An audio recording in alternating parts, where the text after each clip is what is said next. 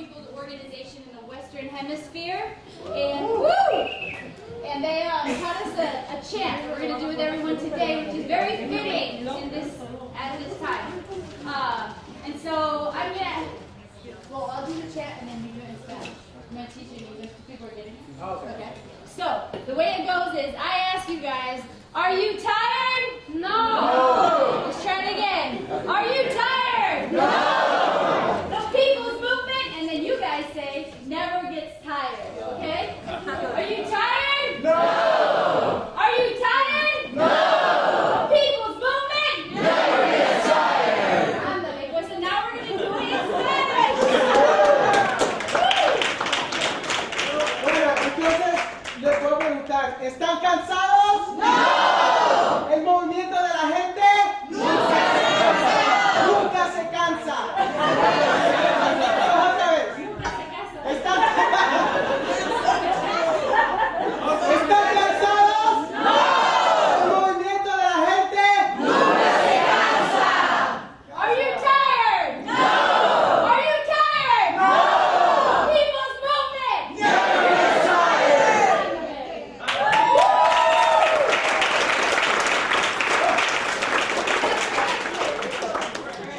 So as we start, I want to make a few announcements. One is if there are any small people running around who don't want to be here but want to go play, go to Tío Luis right here, and he'll take you to childcare. Or any adults who are going to get bored and want to go play.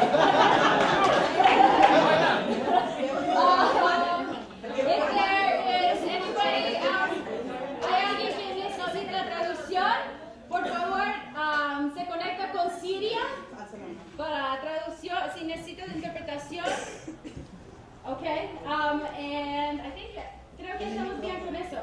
Okay, and then the last announcement is that this mic, as you can tell, is not making my voice louder. This is actually just to connect with the camera that's back there, because right now we have a live feed going on across the world. We have news that we are being tuned in from Alabama, from the Dreamers in Alabama. And from some of our friends from Juntos who now live in Mexico. So as we begin, you guys, can everyone hear me? Yes. Okay, don't yell. I wanted to first start by thanking Juntos for welcoming us into this space.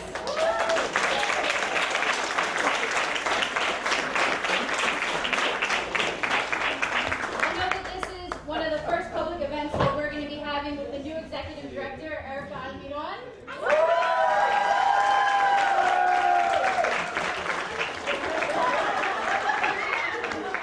And also the new addition to the organizing, our youth organizer, Miguel Andrade. But of course, we want to thank the whole community here in South Philly for welcoming us and hosting this important event. South Philly! Also want to say thank you to the Dreamers of PA and One Love Movement.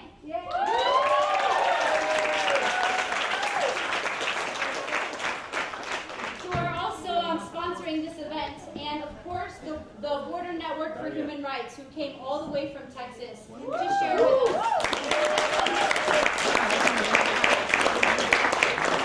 their impressive organizing model and stories of movement building that we hope to learn from as we move ahead. Cool, we got the projector rolling. So my name is Desi Burnett, and I'm with the Media Mobilizing Project, also known as MMP. MMP is a network of organizations and individuals fighting to form a movement out of the conditions that we're facing as people today. Conditions where most of us struggle to make ends meet and to simply live good lives, while others concentrate their power and their wealth. A movement to end poverty led by the poor and working people of this country, united across all divisions, including color lines. We share this vision with a lot and direction with a lot of people in this room tonight and in many of the groups that we're going to be hearing from today. I wanted to say something about the conditions that we as people are facing right now. Today there are millions, certainly many in our communities, who are suffering in isolation. struggling to keep the lights on or the heat on, to put food on the table, struggling to keep a roof over our families' heads, struggling with illness and worry about how we will pay for our health care, and worried about the future of our children, what opportunities lay ahead for them. And for our immigrant and refugee brothers and sisters, there is the constant threat and worry that they or their loved ones will be ripped from them through detention and deportation.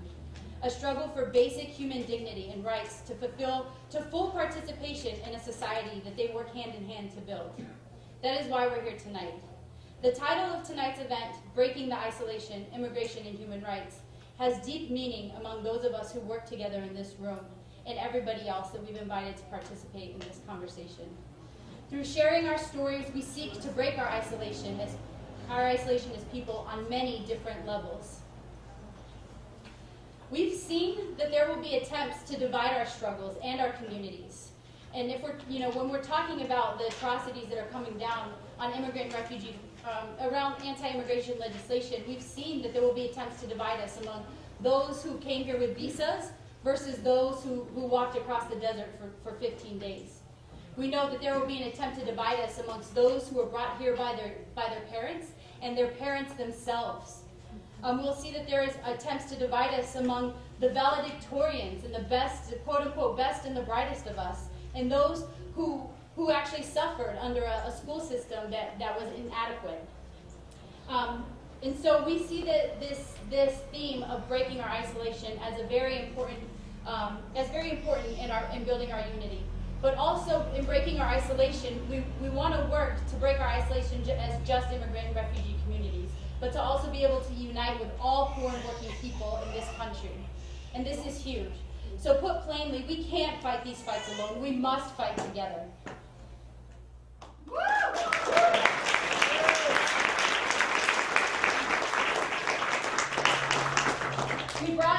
We really wanted to share the lessons from the Border Network of Human Rights tonight for this reason. So we're going to have them speak tonight about the work that they're doing, but then afterwards, we're going to have an opportunity to hear from leaders in this city who are standing up and fighting for their human rights. Leaders from our immigrant and refugee communities that are coming up against atrocities that were never imagined 5 years ago when many of us in this room were organizing and mobilizing for immigrant rights. It has been echoed in this city, and I know many here have heard this, that immigrants cannot be leaders, cannot organize because they are scared or because of the conditions they face. Those who we will hear from today would suggest the opposite is true, that we must build our leaders, we must stand up, and we must organize today. This is very important. This is a very important part of tonight. We must set ourselves to building many leaders across all of our fights from our communities, whose leadership is based in the conditions that we are facing, and who are being supported to step up and build the leadership of others. And we must get organized. We can and we will do it. But we must also continue to engage with the issue of human rights. For everyone here today, I will say that this doesn't just mean how we talk about our struggles. When we're talking about human rights, we're not just talking about how we're talking about what we're coming up against or our framing, and these things are very important. But more importantly, human rights is about how we walk and who we walk with. It is a profound understanding in our connection as humans and in a belief in the goodness and humanity of others, of our basic rights as humans and the commitment to fight for those rights, not just for ourselves, but for everybody. The Border Network was successful in defeating Arizona anti-immigration reform, the anti-immigration reform agenda in Texas, which was no small feat. And I think we really wanted to bring that in this room tonight. And I want to give it up for that, actually.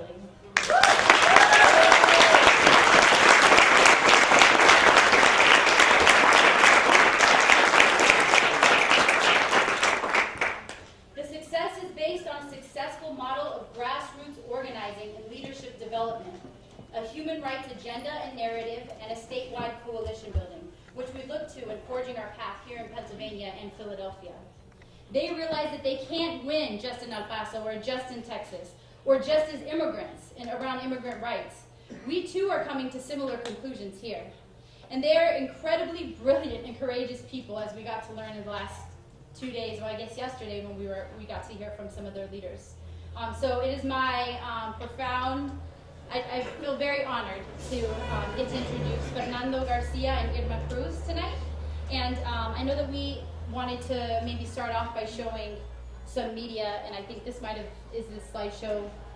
It's going to stream and loop in the It is, background. okay. So if everybody in the room can give a very warm round of applause and a warm welcome to the Border Network for Human Rights.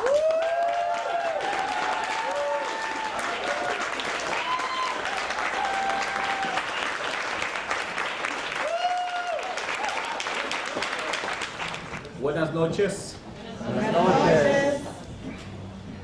You look so beautiful. So many of you. And this is where the power lies. This is where we're gonna start changing America.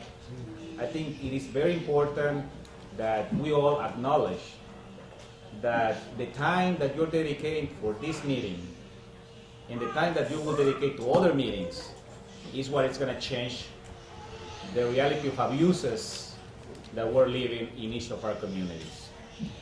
So let me say first that I really appreciate the invitation to talk to you. Really appreciate the effort of Juntos. They are doing an amazing job, educating our communities about their rights.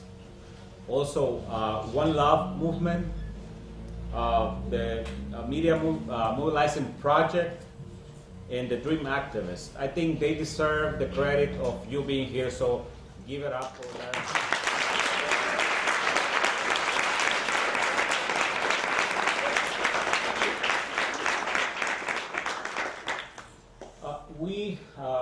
We're coming from El Paso, Texas. It is many miles from here.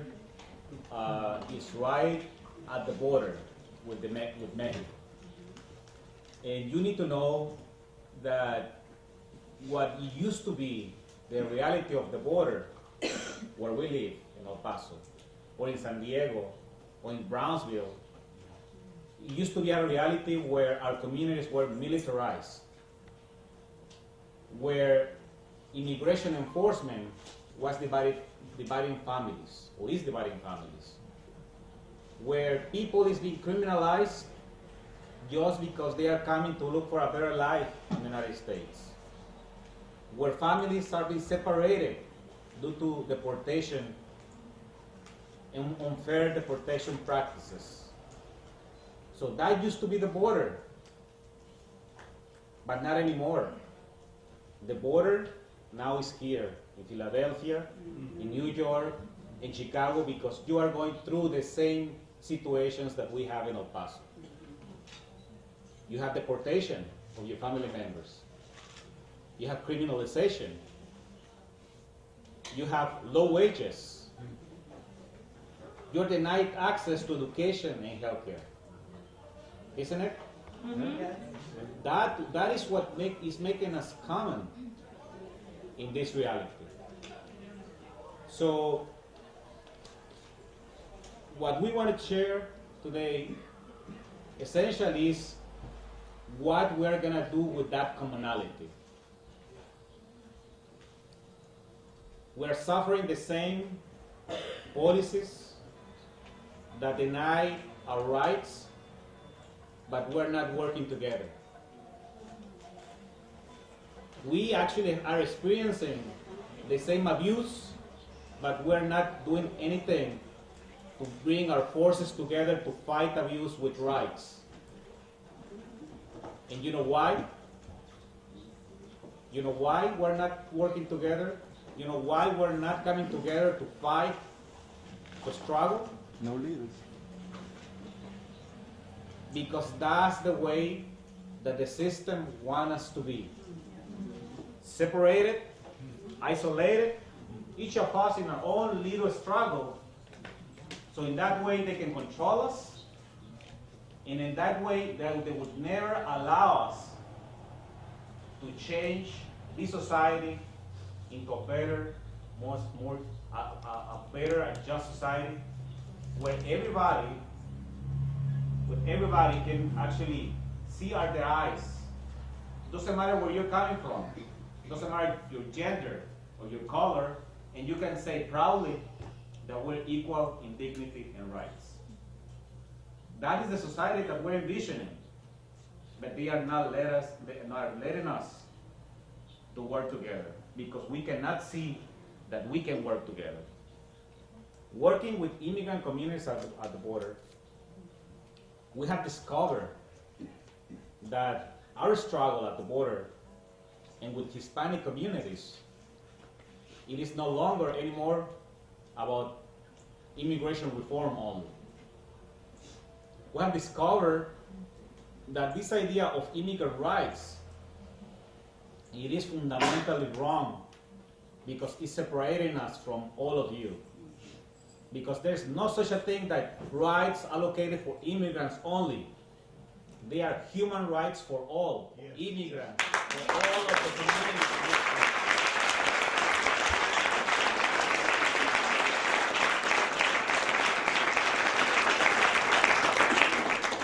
And we came to the realization of that. Can you hear me back there? Yes. We came to the realization of our human rights vision and struggle, not because we choose to. We came to the realization that our struggle as immigrants, it is not only to get a piece of paper, or it's not only just not to get deported. It is because of that, but also it's about access to health care, education, labor rights, peace and justice, political participation. And you know what that is? Those are our human rights.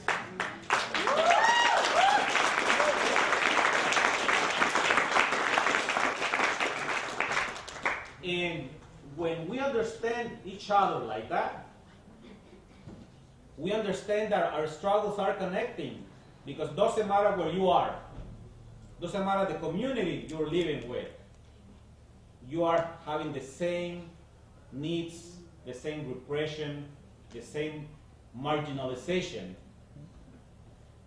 that immigrants also have. So, for us then, as immigrants and Latinos, we want to be integrated in this society, but not just integrate to this society that is fundamentally wrong. We want to be integrated in a society that is better, that is more just. So our struggle, and all of your struggles it has to take a double effort. Yes, we want the society to recognize us. But also at the same time, we cannot afford just to say that we're going to resolve the problems by getting a green card, because it is not true, or just by becoming a U.S. citizen, which is not true. There are 50, 60 million U.S. citizens right now below the poverty level, right? How many kids, U.S. citizens, cannot go to school because they don't have the resources? How many of our friends, the occupiers, are being repressed by the police departments and beat up and abused? You know, that is not the America that we want. We want a better America, and we will achieve that if we work together. So when we say human rights, I'm not just saying it human rights as I would say, as a message.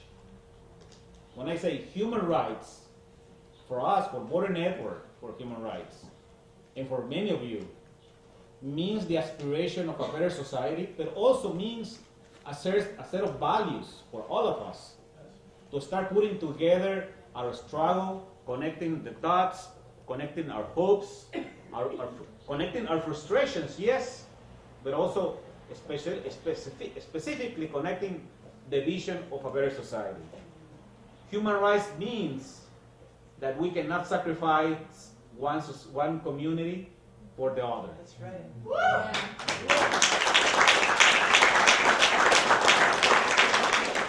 Human rights means that we cannot accept the idea that certain rights are only for certain communities and not for other communities. We cannot think about human rights without thinking that our organizations should be embedded, should grow out of our communities. Our struggle, this struggle for justice, for human rights, for a better society, has to go to the next level. Let me tell you this. I know that there are many organizations out there in the United States, all of them with good purposes. Many of them do actually, they feel that they have to do and provide a service to marginalized communities, to immigrants,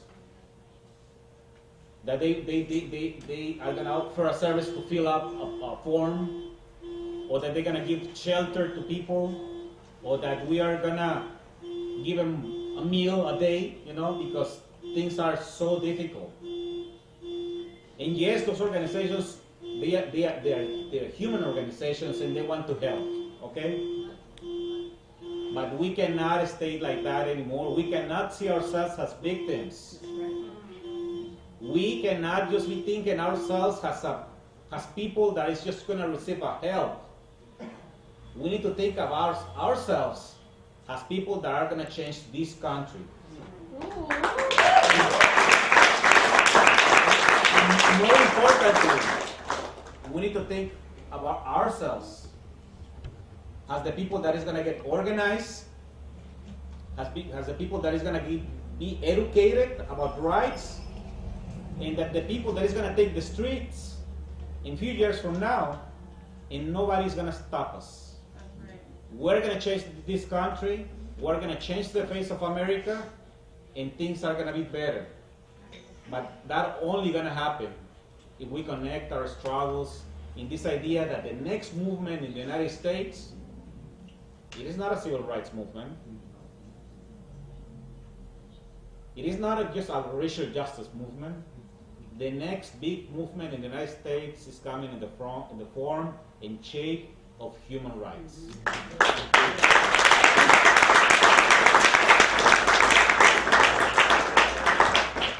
So, Border Network understood that.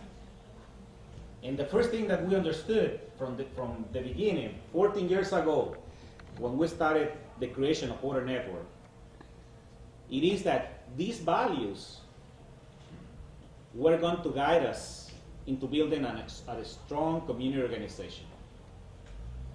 So we start preparing ourselves back then. Very few of us, actually less people that is in this table, start thinking about the idea of building an organization that could change reality, that could change the relation of power, that could defeat abuse, the culture of abuse, with the culture of rights. And it is true. It is true when we asked around 14 years ago, how do we do this? How do we organize an immigrant community in a border region where people was so afraid, where people didn't believe in themselves, because we have believed the lie that they have repeated 1,000 times or more than that we don't have rights. So many people told us not to do it, that it was impossible to organize immigrants at the border, and much less with a human rights framework. So we didn't pay attention. Actually, we were so necios, how do you say? So stubborn. And and we say, at that time we said, well, we believe that we can change. The three of us, the four of us, we can change this reality. So there were two things that we started doing. The first thing is take the power to the people. And to take the power to the people, into the communities, we needed to build a community structure. A community structure where people can participate, educate, provide vision, mobilize, but not a few of us, not 4, not 20, hundreds, thousands of us, permanently organized not just for one march, but permanently organized and permanently participating. So the first thing that we start doing is training community members as human rights promoters. I mean, community members that never participated in anything, but the only thing that they had is this idea of the agonizing reality that we were living, and that we wanted to do something. So we start training promoters, and they start taking that idea of human rights to every member of the community that they knew, their neighbors, in the church, their friends, their families. And these promoters started transforming those personal relations into political relations. Those personal relations into the force that would change society. So we had trained almost 300 human rights promoters throughout 14 years. But more importantly, those human rights promoters had the idea, the vision that the only way that we're going to build a community structure was to create what we call the human rights community committees. That's where people would gather in houses, in churches, in schools, in parks, in places like this, where families will come and learn and participate and share their hopes and their visions. So we started doing that 40 years ago. So 40 years ago, we didn't have not a single committee, not a single human rights promoter. Today, we have 40 human rights committees where almost 800 families participate, not once, not twice, but every week, like going to church.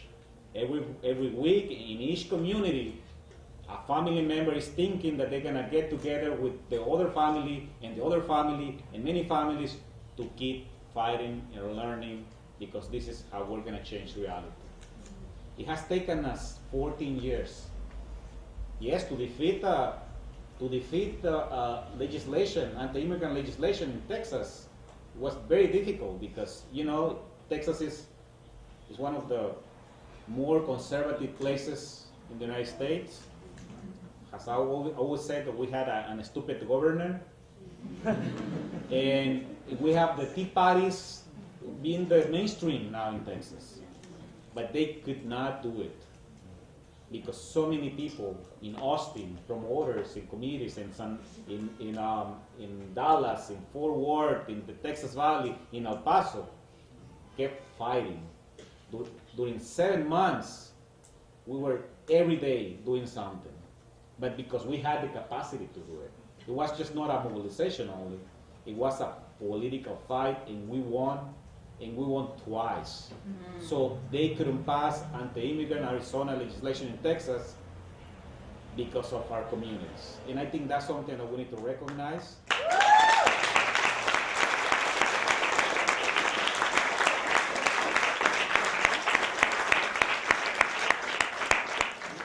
Something that we need to recognize that it was because of the vision of those communities. So for us, building an organization in El Paso, and now in southern New Mexico, because Border Network mostly is based in El Paso and southern New Mexico, was not enough. It is not enough. We know that Border Network, to be successful, we need to think that there is something larger than us. And larger than us is you. So we're looking at you as our hope. We're looking at you as connecting our struggles, because we realize that doesn't matter what we do in El Paso or in Texas, we're never gonna win, because the dark forces, they are national and sometimes international forces. And as we say in Spanish, del tamaño del sapo es la pedrada. I don't know how you would translate that, though. But the enemy is strong, It is large, therefore our struggle has to be strong and large. We need to have a lot of people educated, organized to continue this struggle. That is not gonna, we're not promising anybody that we're gonna change this society in 1 year, not even in 2 years. What we're saying is if we come together in the long term, I'm gonna put a number, in 10 years, this country will start changing for good. And not only for us, but for our kids and for our families. But again, what is going to allow us to connect is that idea that immigrant rights are nothing if they are not human rights for immigrants as they are human rights for every sector in the society. So that is the message that we want to bring to you. That either we come together and we organize, educate, and we go to the next step. If we don't do that, we will fail. And we will be defeated. Nosotros decimos, sí se puede. Yes, we can. But that cannot be just a slogan. We need to work hard to win. That's right? So I'm going to let Irma is the example of the organizing model of Border Network. How she being a community member with suffering all of these levels of oppression, how she took decisions for her to become a human rights promoter, then become a coordinator, and then be one of our leaders now in Border Network. So I will ask her to actually tell us a little bit more about how Border Network organized and what are the role of the human rights promoters.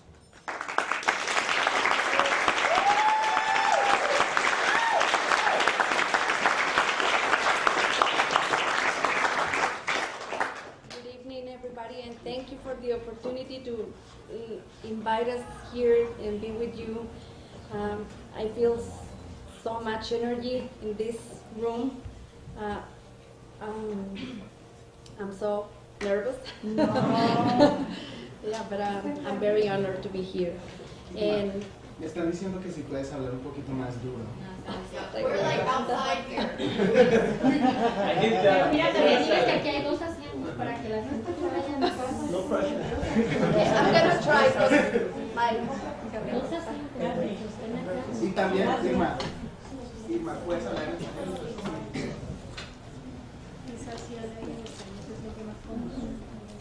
En español. Pero que no Y funciona. sigue tu texto. Es solo para la cámara. Sí, puedes bajarlo. Bueno, entonces voy a tratar de hacerlo en español para hacerlo un poco más fuerte.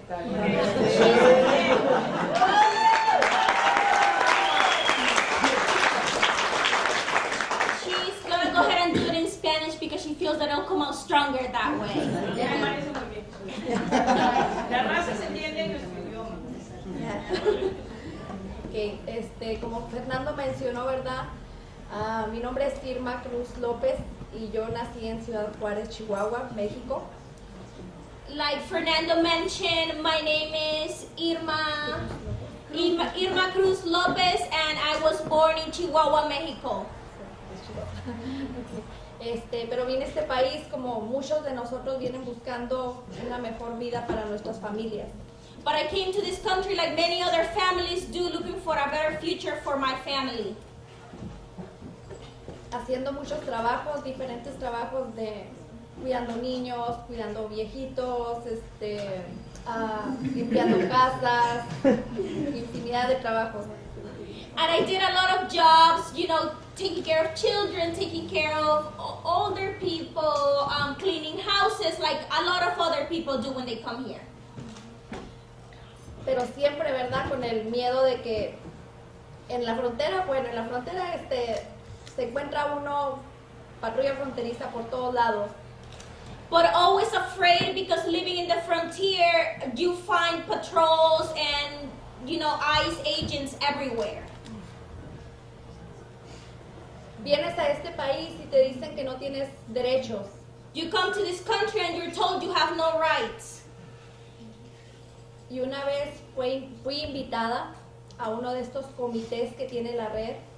And one night I was invited to one of these committees that the network has. Los comités de derechos humanos, The committees for human rights que son liderados con gente como ustedes, that are led by people just like yourself. que nosotros en la red fronteriza llamamos promotores de derechos humanos. That in the network we call them promoters of human rights. Ahí fue donde escuché que nosotros teníamos derechos. That was the first time I heard that we had rights. No importa si tienes documentos o si no tienes documentos. It doesn't matter if you have papers or not. La Constitución de los Estados Unidos te protege como cualquier ciudadano o residente. The Constitution of the United States protects you like any other citizen or resident of the country. Y fue ahí un shock ahí de saber que tenía derechos, And that was such a shocking thing to find out that I had rights. porque siempre te vienen con esa idea de que eres ilegal, que no tienes derechos, que te pueden abusar, que te pueden pisotear. Because you're always told you're illegal, so you have no rights. We can step on you, we can do whatever we want. Y fue ahí donde empecé a involucrarme para saber más de estos derechos. So I decided to become involved in order to find out more about these rights. Fue ahí donde empecé a escuchar de la Constitución, de la Declaración Universal de los Derechos Humanos, That's when I learned more about the Constitution and the International Declaration of Human Rights, y muchos temas más, and a lot of other topics. y tomé la decisión de ser una promotora de derechos humanos And I made the decision to become a promoter of human rights, para poder aprender y llevar este mensaje de derechos y de humanidad a todos mis vecinos, mis amigos. in order to learn a little bit more about these rights and take them to everybody, my family, my neighbors, and let them know about them too. Este entrenamiento es de 40 horas This training is 40 hours long, y es ahí donde vemos diferentes temas como la Constitución, and that's where we find out about different topics like the Constitution, la Declaración Universal de los Derechos Humanos. the International Declaration of Human Rights. Aprendemos a entender que tenemos una identidad común. That's where we learn that we have a common identity. Tratamos de analizar si en realidad nuestras necesidades son nuestros derechos. We begin realizing that our needs are human rights. Tenemos esa pregunta y nos cuestionamos si en verdad nuestras necesidades son nuestros derechos. That's where we begin to talk about how these needs that we're facing are actually our rights. We have a right to these things. También aprendemos a documentar abusos We also learn how to document abuses in the community. y aprendemos también a cuál ha sido la lucha y la historia de los inmigrantes en los Estados Unidos. And then we begin learning about what is the fight and the history of immigrants in this country. Ahí en ese entrenamiento nos damos cuenta de que todos somos seres humanos. That's where we realize we're all human beings. Esa es nuestra identidad común. That is our common identity. Ahí aprendemos que tenemos necesidades, pero no necesariamente son nuestros derechos. Bueno, ahí entendemos que tenemos necesidades, That's where we find out that we have necessities or needs, pero esas necesidades no son nuestros derechos. but those needs are made to be seen like they're not our rights. Son nuestros derechos hasta que luchamos por ellos. They become our rights when we begin fighting for them. Mientras son solo necesidades violadas. Before you fight for them, they're just violated needs. Vemos la lucha de los inmigrantes en este país. We see the fight of immigrants in this country. Vemos cómo por décadas han venido inmigrantes a suplir la mano de obra de los Estados Unidos. We see how for decades and decades immigrants have provided the labor of this country to this country. En un tiempo, los ingleses, que fueron los que llegaron aquí, In previous times, the British who came here, y que son los que sigue predominando, ¿verdad? and who are the ones that continue to dominate. Luego vinieron los chinos, Then Asians, vinieron diferentes razas, pero solo a cumplir un papel. then other people came through, but only to fulfill a certain role. Y nos damos cuenta cómo este país ha sido construido por inmigrantes. And we find out how this country has been built by immigrants. Y seguimos enfrentando que no nos reconocen como parte de este país. Yet we continue to be seen as not from this country. Es parte de los temas que vemos en el entrenamiento de promotores. It's part of the topics that we talk about, a part of the history that we learn about in this trainings.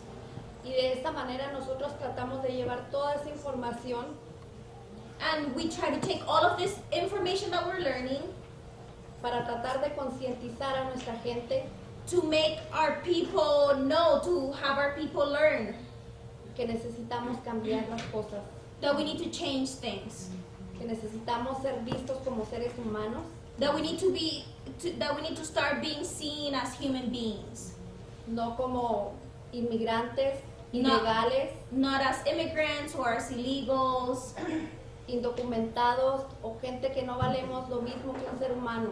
or undocumented people who are not worth the same that a human being is. Necesitamos luchar We have to fight hasta que todos seamos vistos con dignidad y respeto como seres humanos. until all of us are seen with dignity and treated with respect like a human being is. En este entrenamiento también vemos cómo trabajar con nuestra comunidad, In this training, we're also taught how to work with our communities, within our communities. y yo los invito a que sean parte And I invite them to become a part of it. y que se envuelvan en este movimiento porque solos no podemos hacerlo. To become part of this movement, because alone we can't make this happen. Tenemos que envolver a nuestras comunidades, We have to make sure that our communities participate. nuestros vecinos, nuestros amigos, Our neighbors, our friends, y todos hacer esa fuerza que necesitamos para poder cambiar estas cosas que están pasando. so that we can all really have the power or put in the work needed to make the changes happen. Para lograr el mundo que queremos ver, en el que todos seamos vistos como seres humanos. To be able to achieve the world that we all want, to be able to all be seen as human beings. Muchas gracias. Thank you very much.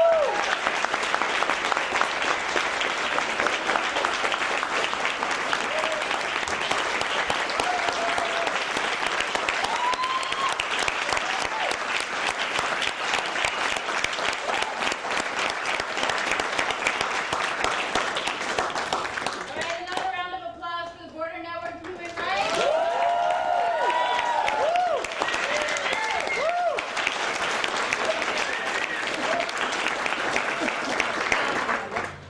So we want to thank you guys again for coming and sharing with us. We hope that this is the first of many, many things like this and many conversations. And what we had hoped to do for the second part of tonight is actually given, some of the ideas that you guys are putting out, some of the lessons that you're learning. We wanted to hear from some of the immigrant and refugee struggles that are happening in this city. And then after that, I think we wanted to have questions, and we're going to open it up for the whole crowd to give reflections, both on what Irma and Fernando were presenting today and kind of put out for us, but also on some of the struggles that we're about to share and some of the stories we're about to share. Does that sound okay? Yeah.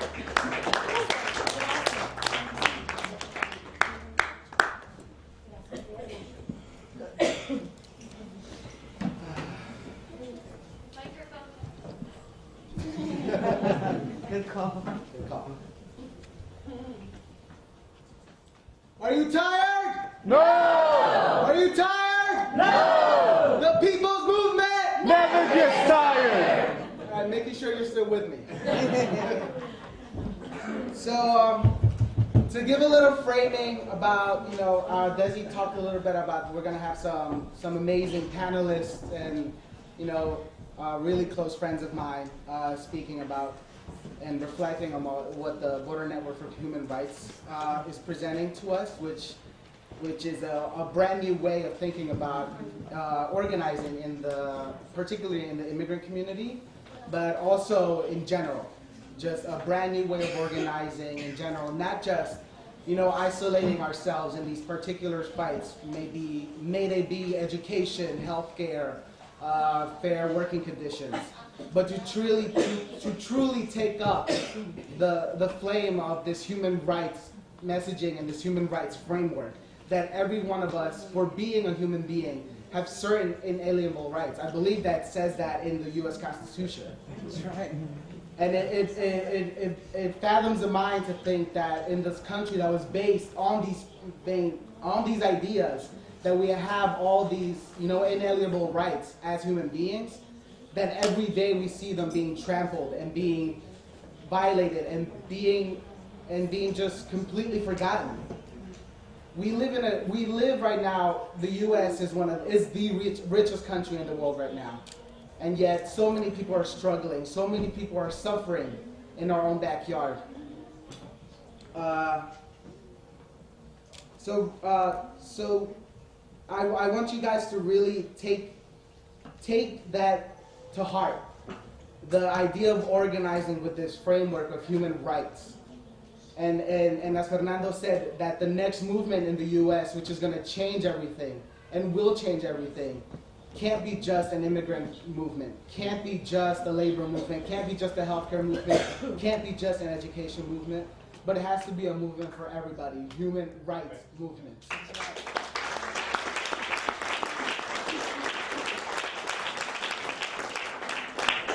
So with that being said, I'd like to ask our panelists to come up and take their seats.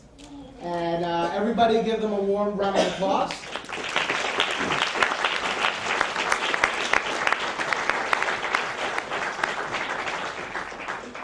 So as they're taking their seats, I'll give a brief introduction to them.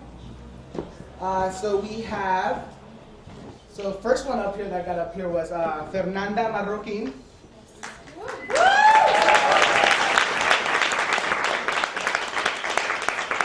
And Fernanda is here with the Dream Activists of Pennsylvania. I believe some of you guys may have heard about them. I wrote down some stuff because I knew I would forget. And the Dream Activists are a movement and a group of undocumented youth who are working to make sure that all immigrants and all people, not just a select few, have access to quality education. So, Fernanda, thank you for being here.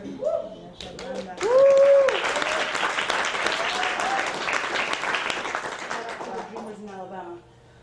Shout out to the Dreamers in Alabama who are watching us right now.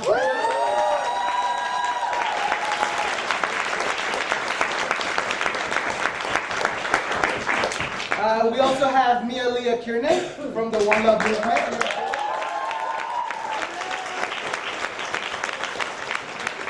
And there's also some other One Love people in the crowd, so we'll have a round of applause. And the One Love movement is a group of volunteers and organizers who came together in the past couple of years, I think a year. Seems like ages. To fight against the unjust deportations that were happening in the Cambodian refugee community here in Philadelphia. And I think I can speak for you guys and say that you guys strongly believe that, living in a society that putting profit over people, which happens all the time, and not just in immigration, but in every aspect of our lives, is completely wrong. And you guys are one of the many groups who are here in Philadelphia fighting against that, so thank you.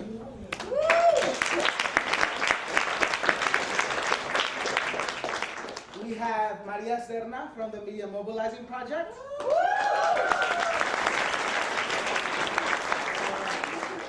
Who also just happens to be my mom.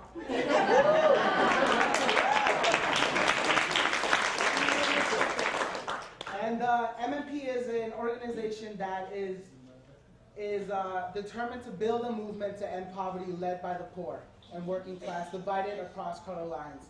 And they see that media and communications is a strong and central key nervous system in creating that movement and making sure that the people's struggles, the people's voices are actually fairly represented and that actually their stories get out. the MMP tagline is that movements begin with the telling of untold stories, and that is what they fight for and work for every day. So hands up, a round of applause for them again.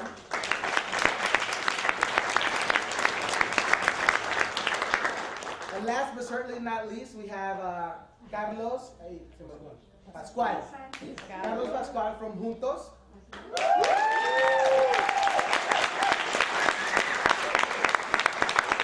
And Juntos is a community-based organization that's based right here out of South Philadelphia, and this is their space. And they are working to advance economically, integrate into the social fabric of the city, and become active participants in civic life and society in Philadelphia with the Latino and immigrant community. So round of applause again for them, and also for the other ones who participate.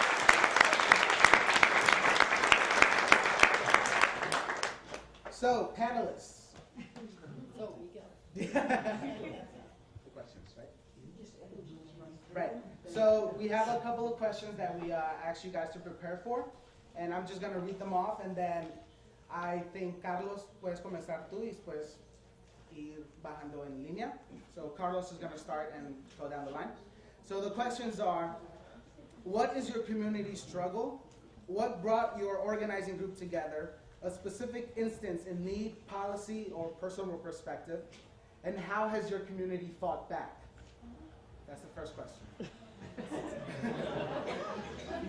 Second question, tell us about a catalyst moment when you knew the struggles were larger and we wouldn't win without breaking the isolation and thinking in terms of our human rights across all communities and struggles.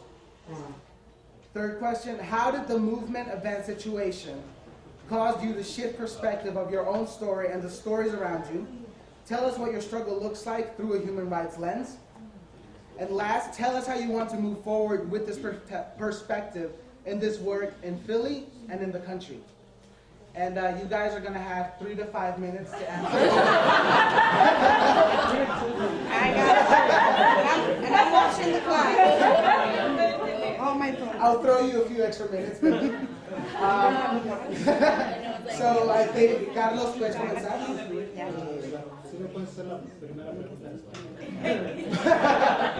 Bueno, la primera pregunta. ¿Cuál es la lucha de tu comunidad? ¿Qué trajo a tu grupo organizativo, tu organización juntos? ¿Qué los unió? Una instancia específica o un momento o un perspectivo personal que tú tengas, y cómo la comunidad ha luchado contra eso. Ok, la comunidad mexicana, me voy a enfocar un poco en la comunidad mexicana, que es lo que representa en gran mayoría Juntos con... So I'm going to focus mostly on the Mexican community, which is largely what Juntos represents. La comunidad mexicana, el grueso de esta comunidad llegó aquí a Filadelfia aproximadamente en el 2000. So the big majority of this community came here to Philadelphia around 2000. Entonces, en ese momento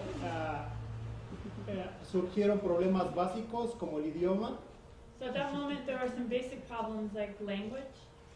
Pero con el proceso de crecimiento de esta comunidad, estas problemáticas fueron creciendo de manera más grande. But as this community grew, the issues also grew. Entonces, Juntos empezó ofreciendo como servicios, como enseñar inglés de manera básica. So Juntos started offering services like teaching English, basic things.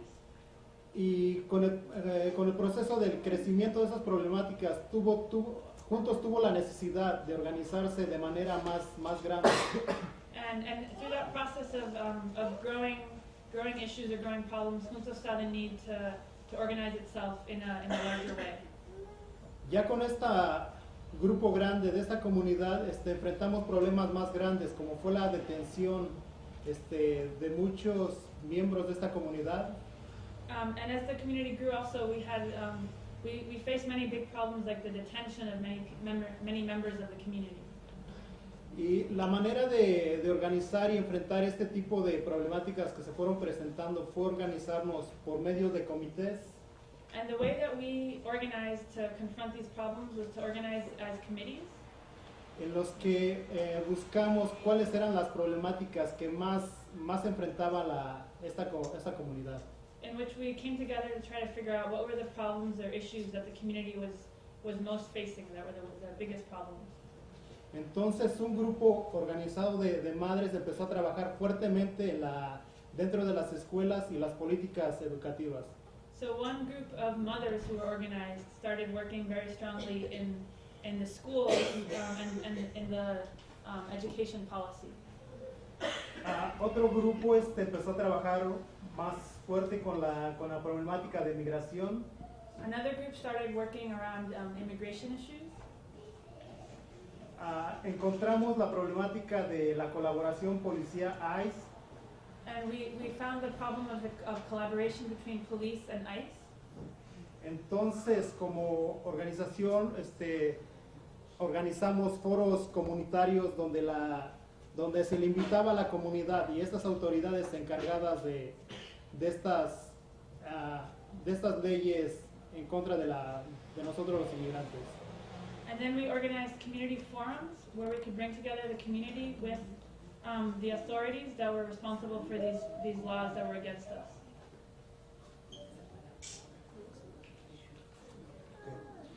Sí, entonces, más recientemente, como mencionaba nuestro compañero de Texas, pensábamos que estábamos aislados y esta problemática no solo es de la comunidad latina, es de toda la comunidad inmigrante, africanos, asiáticos.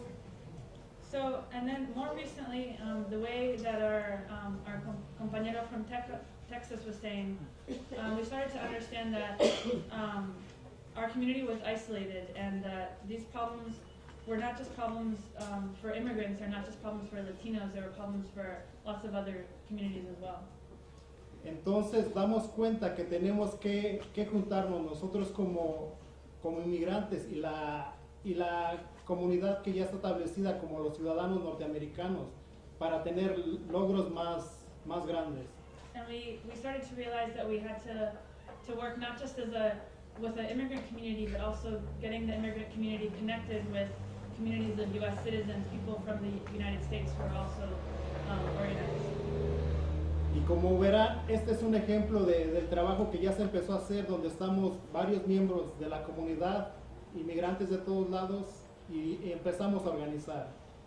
So, and like I said, this is an example of the work that we're doing. Members of the immigrant community, members of other communities, all working together and starting to organize. Gracias. Si tienen preguntas podemos responder en un momento. So thank you, and if you have questions, we can do that.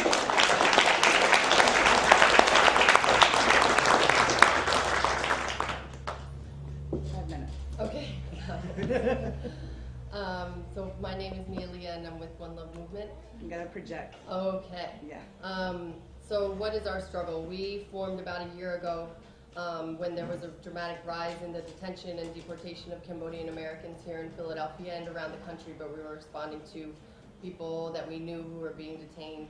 And so for the last year we were fighting for them to be released. They had been detained for a long period of time, up to over 8 months at York County Prison. So during that time it was just like, you know, how we fought back was to rally to meetings, to trying to organize and get people educated, and it was just one thing to another, and very focused on these specific people that were in there and what was happening and how we could fight back. I think the catalyst moment where we realized that this is a lot bigger than what we initially thought we were getting into was when they were detained they had a 90-day review and then a 180-day review for release. And when we went through all the right channels to try to get them out, we had all kinds of support letters written in. We had a petition sent around the community that was signed by 1,000 people saying they weren't threats to society and that they should be back out in the street. And that was just completely ignored by ICE. And we realized, like, who is benefiting from them being in detention? It's clearly not benefiting the community or their families. Businesses had to be sold, houses are going under, children are living without their parents, and who is benefiting from this, and then started thinking about the money, and that there was all this money being poured into a prison industrial complex that is making money off of people inside. And then it came around at the same time last year when Governor Corbett had announced his new budget, which was that he was going to build 3 new prisons, and he was cutting all this money out of education. So we started thinking about this struggle as much bigger than just an immigrant rights struggle or what was happening to these individuals. It was that there was an entire system built to incarcerate people, to break families apart, to make sure that people weren't educated enough to fight for what they needed and fight for their human rights. Another catalyst moment was that we saw that there were clear divides in messaging and framing and all of this stuff that divided, people with criminal records and those without. It divided people who had documents and those who don't. It made this whole messaging about who's a good immigrant and who's a bad immigrant. And that affected where we saw that and felt that was on the ground, like in our, in the way that we wanted to collaborate with other groups. We saw that this was a divide that was keeping us separated, and that messaging wasn't coming from us, so it just felt like there was something very wrong. And then how we see ourselves in through this human rights lens is that this story is so much longer, right? It's not just about this specific moment in time, this moment of crisis where people are being detained and they're being deported and families are being broken apart. The story is much longer than that. It's an entire life of oppression. And so we're trying to break out of this immigration frame. And for us, we think a lot about behavioral health. We think about post-traumatic stress disorder as refugees. And in that struggle, trying to think about how we can connect to veterans and police officers and firefighters, where just behavioral health services are not equipped to deal with the trauma that people in communities are experiencing. We also think about the education system and the school-to-prison pipeline. We think about the criminal justice system. We think about due process and constitutional rights. And we think about the welfare system and familiar support. How are people going to survive if you take someone out of the home who is providing for a family? How do people survive after that? And the big part is that we just can't continue to keep proving ourselves worthy of being in this country, and more importantly, continuing to prove ourselves worthy of being with our families, right? Like, that's just, it's a bad message to start from this place of like, let me prove to you why I deserve to be here and raise my kids. And on a larger international framework, thinking about the fact that in our particular circumstance, Cambodian refugees are here in this country due to U.S. foreign policy, right? So there's this, that brings in an entire other issue in that being given refugee status was never a favor. It was a moral obligation of the United States to do that. That's right. And it's also thinking about it in a larger framework, not just like genocide and war and creating political unrest around the world, but also economic genocide, like creating circumstances in other countries through free trade agreements and all of these things that are leading to people needing to come here to have lives. Better lives. Okay. Right. And how do we move forward is doing what we're doing here now. So thank you. Woo.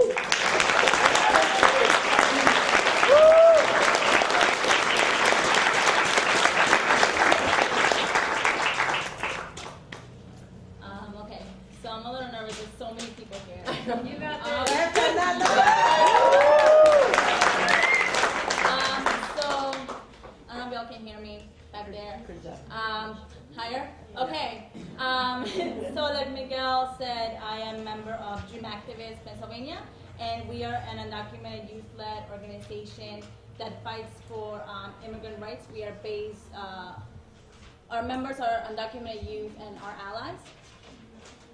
And we first got started back in 2009, but really got organized at the beginning of this year. And we began organizing to pass the DREAM Act. I don't know, I'm sure like a lot of people know what the DREAM Act is. So the DREAM Act has been installed in Congress for almost a decade now. And it would give a pathway to legalization for undocumented youth like myself. But today, like, we have been growing a lot as an organization, and we realized that the DREAM Act isn't enough, and that the DREAM Act doesn't address the issues like across all these immigrant communities, and that is very restrictive because you have to meet like such like strict requirements that even a lot of undocumented youth wouldn't qualify for this bill. And I think the number is like 67% wouldn't qualify for the DREAM Act. So like today, like we realized that the voices of the people that are personally affected are very important. So in order to bring that change, we came out as undocumented, unafraid, and unapologetic. And we began organizing in that way and trying to empower our community and to do different things like educating high school students of their ways that in which they can go and attain higher education. So, second question. I knew the struggle was a lot larger than I originally had envisioned by hearing all of these education, not deportation cases, which are end cases that are run by the National Immigrant Youth Alliance. And I was hearing all of these cases, right, of undocumented youth and how they were being detained and placed in deportation proceedings. And initially, we could stop those cases, and we could throw a public campaign for them and stop their deportations. But then these cases became a lot harder.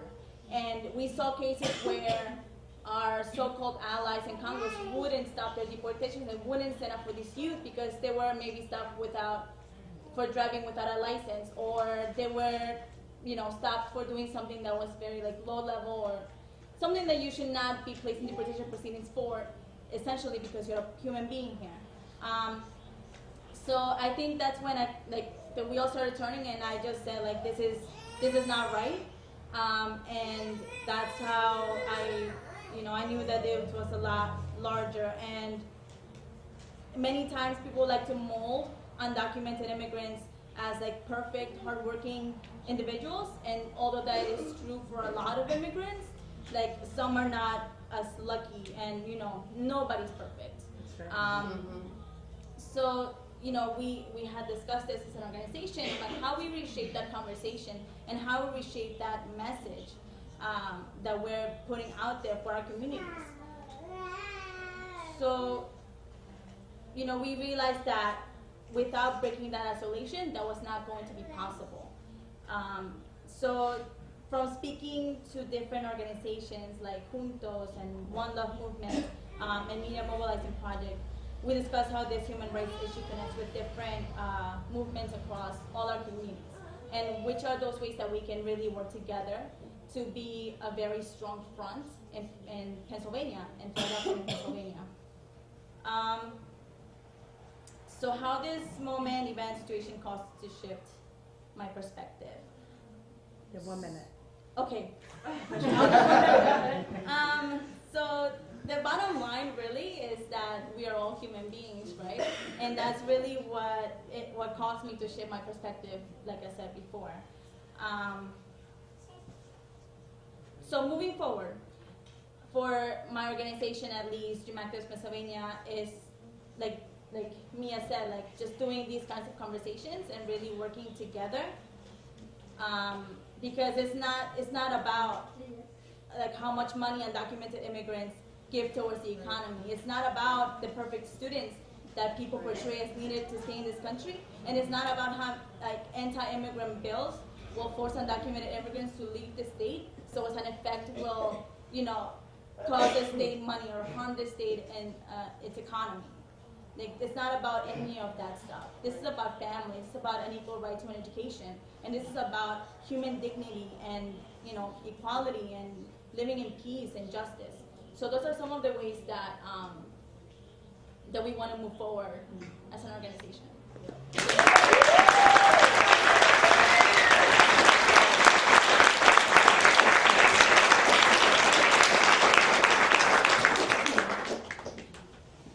Buenas noches a todos. Buenas noches. Hago parte de MP y formo parte también de un pequeño grupo de 6 personas que voy a tratar de hacerles una historia. En el verano del 2009 So, good evening, everyone. I'm a member of MMP, and I'm also part of a small group of 6 people who, I'm going to tell you a story about what happened. So, in the summer of 2009, recibí la primera carta de muchas I received the first of many letters de parte de PENDO, from PennDOT, en la cual se me informaba que mi licencia sería revocada in which I was informed that my driver's license was going to be revoked si no presentaba un número de seguro social. if I couldn't present a social security number. En ese momento yo estaba convencida que era la única persona a la que le estaban haciendo esto. At that moment, I was convinced that I was the only person that this was happening to. Pero con el pasar de los meses me quedé perpleja. But as the months went by, I was really perplexed.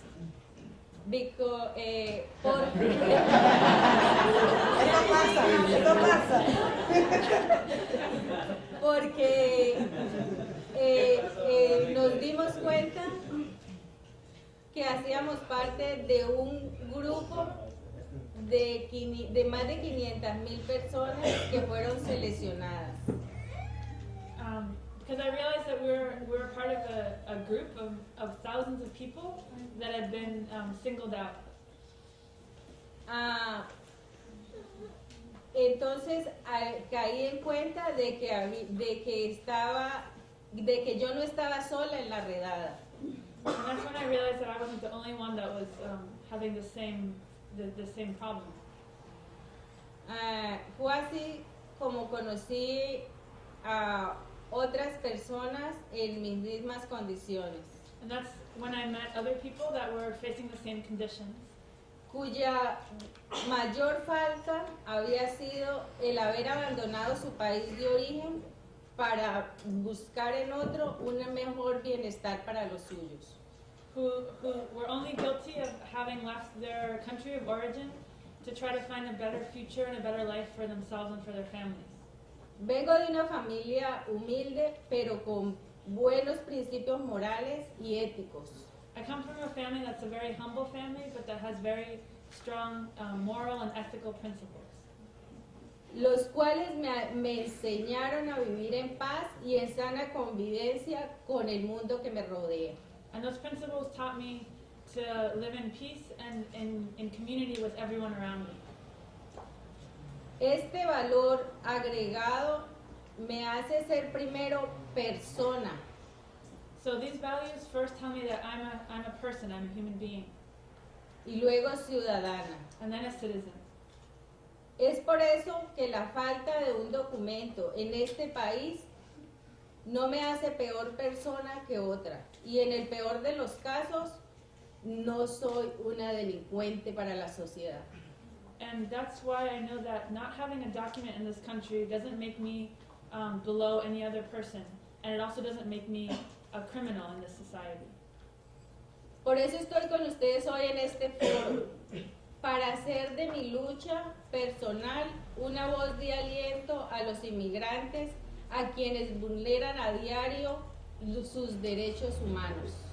And that's why I'm here with all of you today, so that my struggle can become a story that can inspire other people that are facing the same abuses of their rights as human beings and as immigrants. Me hace también recordar un poeta, Walt Whitman, que dice: no te detengas, It also reminds me of what the poet Walt Whitman said, never stop. la mayoría vive en un silencio vergonzoso. Most people live in shameful silence. No te resignes, huye. Never give up, flee. Por eso debemos huir de nuestros propios miedos, That's why we have to flee from our own fears, que son los que nos callan la boca The fears that make us be silent y nos hacen agravar el problema. and make the problem get worse. No olvidemos jamás nuestra voz, We should never forget our own voice, pues ella no tiene ciudadanía, es universal. because our voice doesn't have a citizenship anywhere. It's universal. Somos seres humanos. We're all human beings.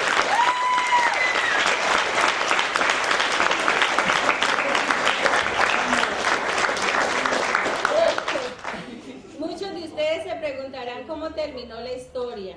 So many of you might be asking, how did this story end? Desde luego, si estoy aquí es por mi terquedad. So I'm still here today because I'm a very stubborn person. El final no fue otro que haber conquistado que se me reconociera el derecho de portar una licencia de conducir. So the end of the story was that it was recognized that I had a right to have a license and to be driving. Como medio de sobrevivencia. As something that's essential for my survival, for my life. Ahora quiero decirles que para lograr esto conté con la ayuda de MP y todas las personas que me encontré y me ayudaron.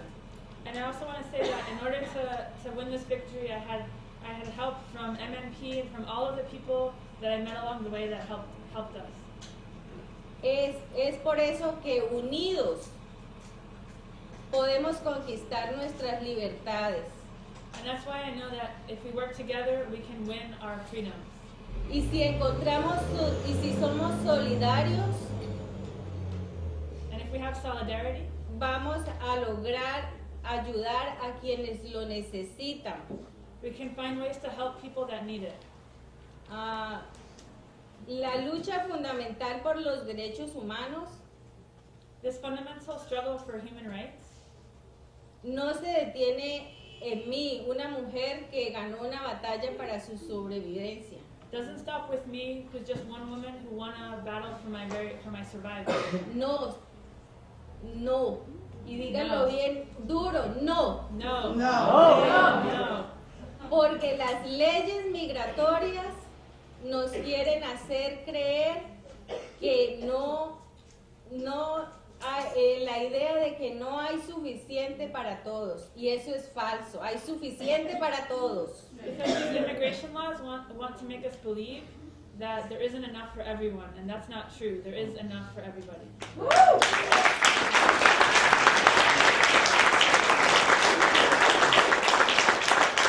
Esta noche les quiero decir que mi voz se suma a otras y de esta manera se multiplica por todo el país. And tonight I also want to tell you that my voice is joining with other voices, and today they're being multiplied across the whole country. No podemos olvidar que primero es el ser humano que la riqueza. And we can't forget that human beings come before profit. Y por último les voy a decir una frase de Mahatma Gandhi. And to close, I want to close with a quote from Mahatma Gandhi. Nadie está obligado a cooperar en su propia pérdida o en su propia esclavitud. No one is obligated to cooperate in the loss of their own Esclavitud. in their own slavery or in the loss of what they have. Oigan esto bien. La desobediencia civil es un derecho imprescriptible para todo ser humano. Civil disobedience, and hear this clearly. Civil disobedience is a right that can't be taken away of any human being. Y debemos lucharlo para todos, luchar por nuestros derechos humanos. And we have to fight for everyone. We have to fight for our human rights.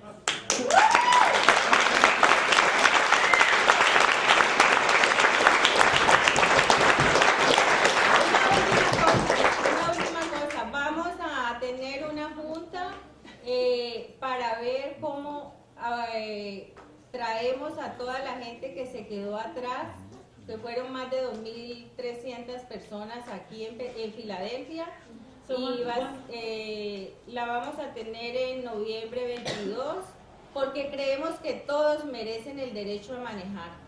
So one last thing, we're calling a meeting for all of the thousands of people who didn't get to get their licenses back, who are facing the same situation, to let them know what their rights are in the situation, and that's going to be on November 22nd. Y creemos que todos tienen derecho a manejar. And we believe that everybody has the right to drive. Gracias.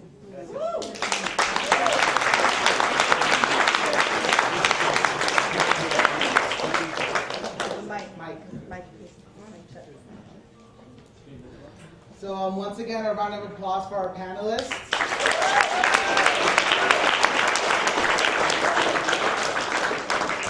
And I'd like to open the floor for any thoughts, comments, or questions that people may have, but please keep them brief. We are running a bit short on time, so Questions? and also questions that may be asked to any of our panelists, including the Border Network for Human Rights. Any takers? Anybody? I just want to introduce myself, especially to Mia. My name is Alison Batista, and I'm from American Families United. We're an organization that's supporting the rights of U.S. citizen spouses of U.S. citizens and residents who cannot adjust status here in the United States, regardless of their union to us or their partners. And we're here to support you in your work, and hope that you support ours as well, and AmericanFamiliesUnited.org. So, great.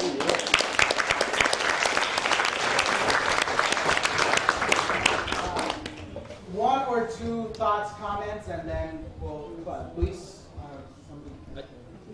For the live stream. Yeah. Nobody's going to hear you without it. Okay. In Alabama. Thank you. No, I just want to say thank you to the network, all the network for human rights and Juntos and everyone here to open this space and to see a different way to talk about immigration, because if we want to change the system, we can't play under the same rules that the system already have. We know that we are separated by gender, race, age, or any excuse. And if we continue with these struggles about this is my struggle for labor rights, this is my struggle for education, this is my struggle for immigration, we can't achieve anything and we can't change a system because we're playing under the same rules. And we are just keeping the system, we are feeding the system that we are against it. So it's really amazing to see that it's another way to say si se puede. That si se puede have a better world, si se puede to have a new society, si se puede to bring people together to fight for human rights, not for single rights. Because we need to remember that we are one species, we are one race, we are human beings.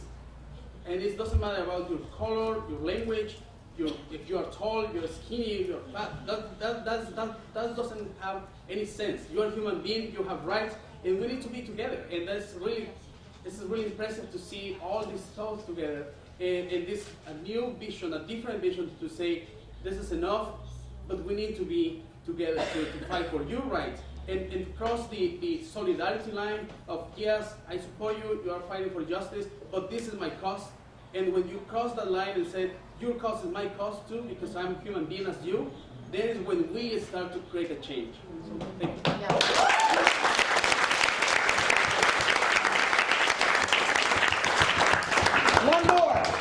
One more. Going once. Right here. Just in general, how are these groups working together, or are they about to start working together? Like, maybe one person can answer this. I was going to say it in the closing. This is actually, sorry, Alabama. So I think that this is probably the first of many things that we will see in the city of these groups. We have a lot of love for each other here in this room because we do see that our struggles are connected and that without each other, we can't win anything, right? and that like the struggle is getting harder and harder for all of us, and that like look, this room is so diverse. This room is all different kinds of people from all over the city, but this is the room that's gonna win what we need to win. So this is the beginnings of something larger, and it's about also those most affected being at the very front of these conversations. We have one more? Yeah. Yes. For Al.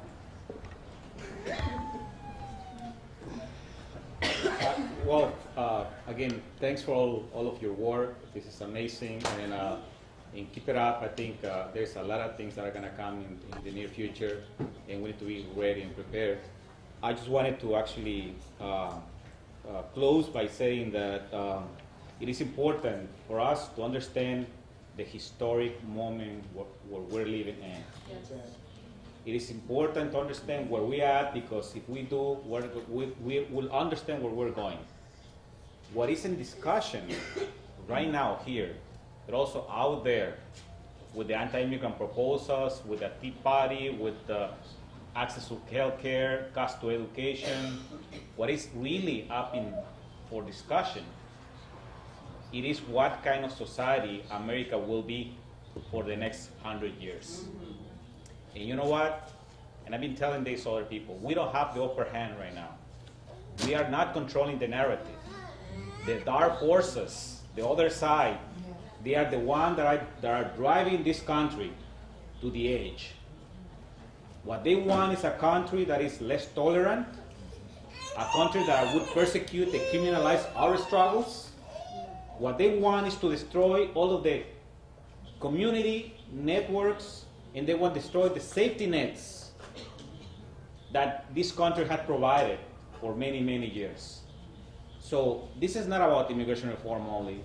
This is not only about Dream Act students.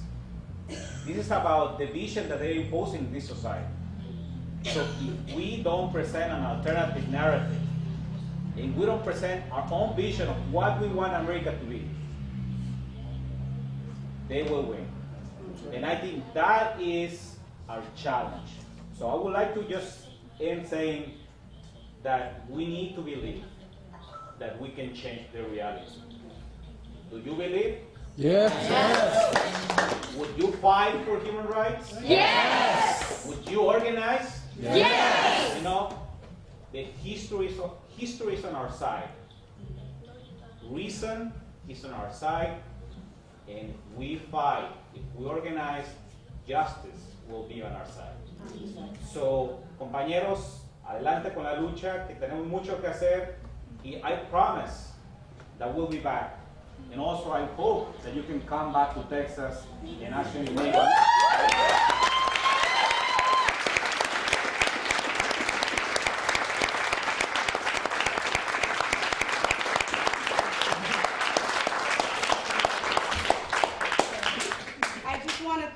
Thank you so much. I want to thank the Border Network. I want to thank everybody for coming out. I'm Erica again. I'm the new executive director at Juntos. One Love, Dream Activist, MMP, so much love.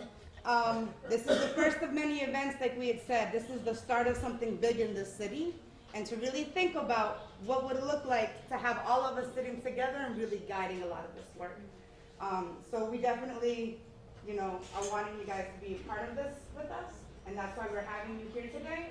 I'm going to put a plug in. Juntos has an open house here on Sunday. We want everybody here in the room to come 4 to 6 p.m. on Sunday. Come learn more about Juntos. Thank you. There's more coffee. Nice.